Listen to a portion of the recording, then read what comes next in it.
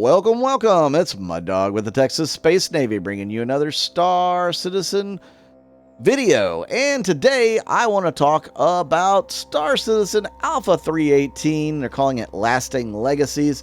And this is the patch. It's finally here. Long awaited. And I'm glad it's here. Now we can kind of get back to making some content. I don't know when I'm putting out this video, but I'm putting out a series of videos starting with the Antares, and then we'll also do the Vulture, 318. We'll talk about salvage and repair. I'm going to put all these videos out in successive days so that we get some videos out. It's been a while since I got a video out. It's been it's been a little over a month. So I hope you guys like this, and I will try to be consistent with getting videos out for you guys. So, Star Citizen Alpha 318, Lasting Legacies. It's the biggest Star Citizen update yet. That's what they're saying. So Alpha 318 throws open the door to the next stage of Star Citizen's groundbreaking universe, alongside adding immersive careers, stunning locations, and thrilling gameplay. The latest patch holds the key to true in-game persistence, one of the biggest hurdles in the pursuit of a living universe that evolves alongside its inhabitants. So play now to discover everything 318 brings to the verse, and remember, this is just the beginning. There's much, much more on the horizon. So what's new in 318? There's tech careers, locations, vehicles, and more. I would like to play this video for you. I'd just go on the website, Robert Space Industries, Star Citizen on YouTube, and you can check out the video. I'd play it here, but I don't want to risk copyright and all that. It's a really good video for announcing a patch. I really enjoyed it. It's one of the better ones I've seen. But let's get into what is in this patch. We have persistent entity streaming. So it's technology that's going to allow universe-wide persistence. It's server meshing, the beginning of it. Persistent entity streaming is a huge update to Star Citizen's core technology that enables the next generation of cutting-edge features and gameplay. From items remaining after death to visiting new star systems in future releases, it's a major step towards a fully realized persistent universe that evolves with the players that inhabit it. The next we have Dawn of Salvage, which is gameplay and hull scraping. So you can carefully dismantle crashed haulers or tear apart the losers of battles to make a fortune with the debut of Salvage gameplay. Hull scraping is now available via the Aegis Reclaimer and the all-new Drake Vulture, and by hand with the Grey Cat multi-tool. Further salvage mechanics will be added in upcoming releases. Then they talk about the Drake Vulture, which is a specialist salvage ship. So get away from it all to a life on the drift with the Drake Vulture. Built purely for salvage, it's ideal for enterprising pilots looking to make a living breaking wrecks apart. This initial implementation includes hull scraping, with material mulching and processing coming in a later patch.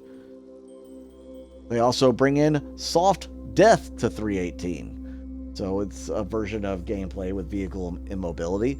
So Alpha 318 introduces vehicle soft death. Now, in one of the ship's critical components, if one of them is destroyed, the ship will remain intact but stranded, leaving its contents and crew hanging in the balance. Soft death is a key to the salvage career, as abandoned vehicles can be ripped apart for serious profit by ships like the Reclaimer and the Vulture.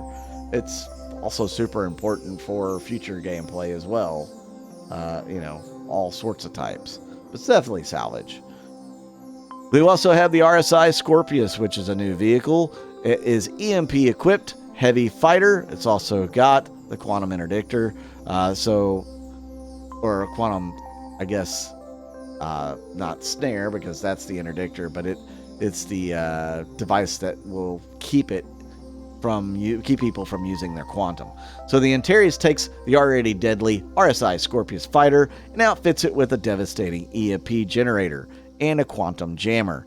So disable enemy ships, prevent them from fleeing, and take complete control of the battlefield. And although upgraded for electronic warfare, the Antares hits hard enough to take down immobilized ships in a flash, thanks to its size 3 weapons mounts and size 4 missile rack.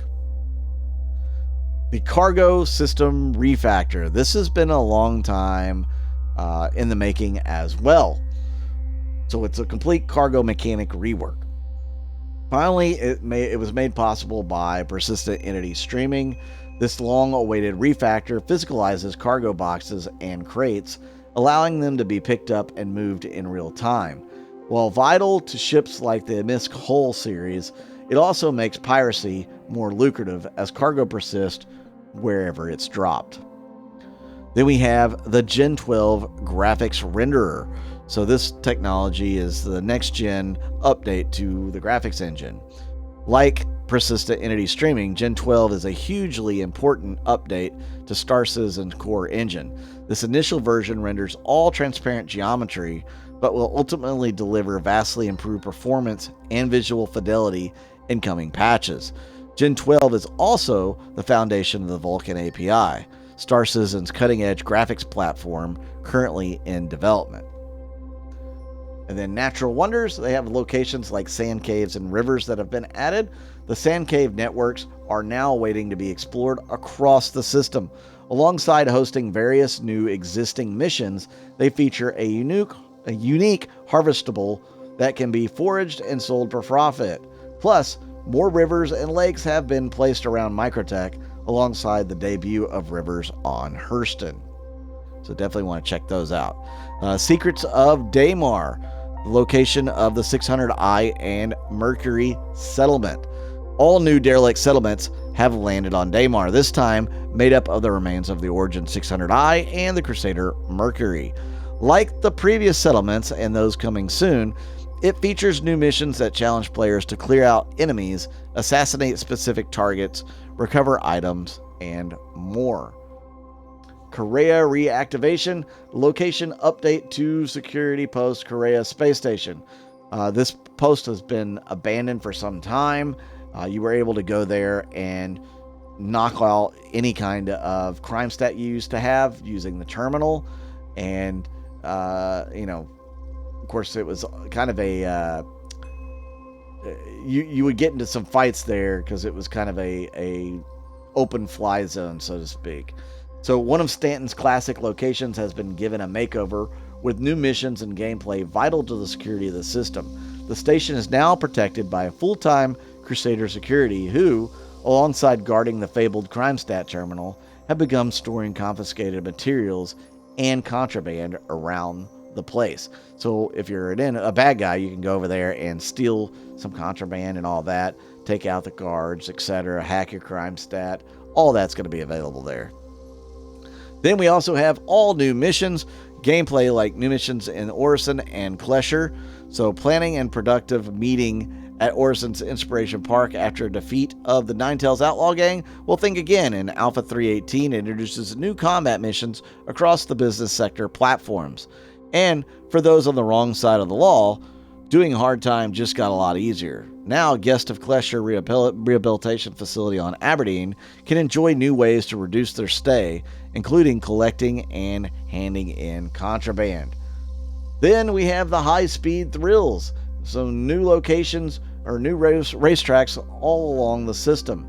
Buckle up, new raceways are open around the verse, found across 6 locations including Daymar, Euterpe, and Area 18. Each unique circuit offers high-speed thrills with varying difficulty and environmental challenges. Plus, a new Grey Cat PTV only kart track is open in Orison for more down-to-earth racing action. Definitely expect the org to be doing an org night of PTV only kart racing. It'll be fun, I promise. So, you can also read all the patch notes by clicking on that link. And then you can see everything they have to offer for sale. They're going to offer the 350R for $125, the M50 for $100, Mustang Gamma for $55, the P72 Archimedes Snub Fighter for $35, the Razor for $145, the Razor X is 155, LX 150, the Reclaimer 400, the Antares 230, the Vulture 175.